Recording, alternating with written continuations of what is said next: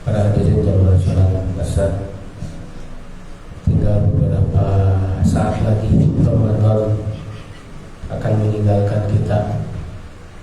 Dan sebagai orang yang beriman yang mengetahui keistimewaan Ramadan ini, kita merasa sedih dengan kepergian Ramadan.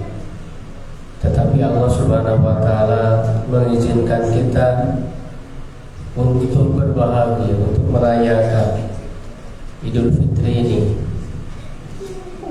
Dan ini merayakan kita berbahagia adalah dalam rangka syukur kepada Allah, bukan karena sudah terbebas dari ibadah-ibadah di bulan Ramadan,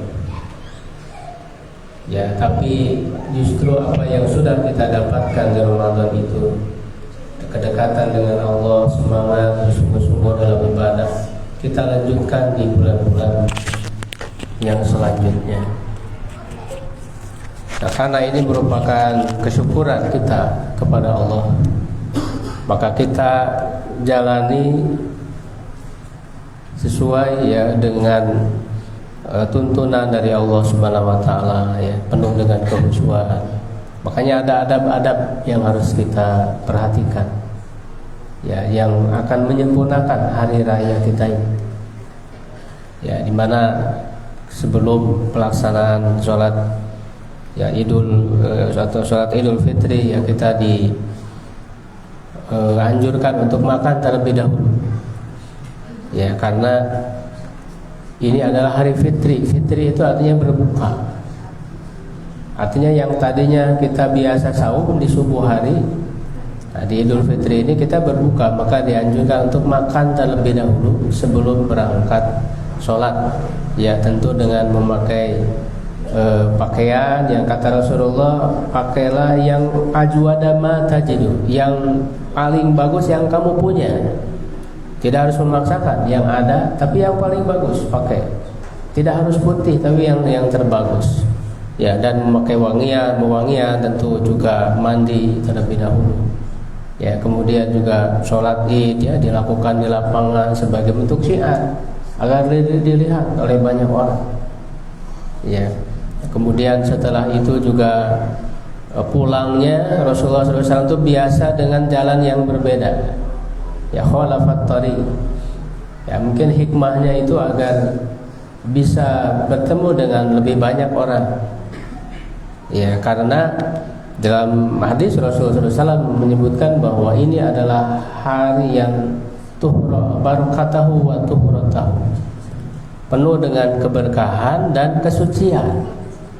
Ya, kesucian ini baik hubungan kita dengan Allah, artinya selama Ramadan dosa-dosa kita diampuni oleh Allah sehingga bersih seperti bayi yang baru dilahirkan, ya, ataupun dengan sesama, ya, ada hubungan kebersihan hati terhadap sesama manusia. Makanya berbahagianya kita itu bukan diri sendiri, bukan bahkan dengan keluarga saja, tapi dengan semuanya. Kita merayakan, ya, secara bersama-sama. Makanya di antara larangan di hari raya itu tidak boleh membawa senjata yang memberi ketakutan kepada orang lain. Artinya di hari raya itu memberikan rasa aman kepada siapapun, baik dengan tindakan, dengan ucapan kita. Ya, ketika di jalan macet, ya, bersabar, jangan sampai kemudian menimbulkan kemarahan, ya, terutama ketika kita bertemu dengan kerabat-kerabat kita, ya, bagaimana kita mempererat tali silaturahim itu, bukan malah orang itu kadang ketika bertemu saudara, ya, ada saja kadang permusuhan, gitu, ya, dengan sesama saudara, dengan kerabat. Nah, itu bagaimana kita bisa menghilangkan permusuhan itu pada saat kita bersalaman, bukan hanya menyatu tangannya saja, tapi hatinya juga diiringi, ya, dengan menyatu itu. Bahkan kepada kerabat ini lebih diutamakan. Jangan sampai kepada yang lain baik, tapi kepada kerabat sulit untuk menyatu.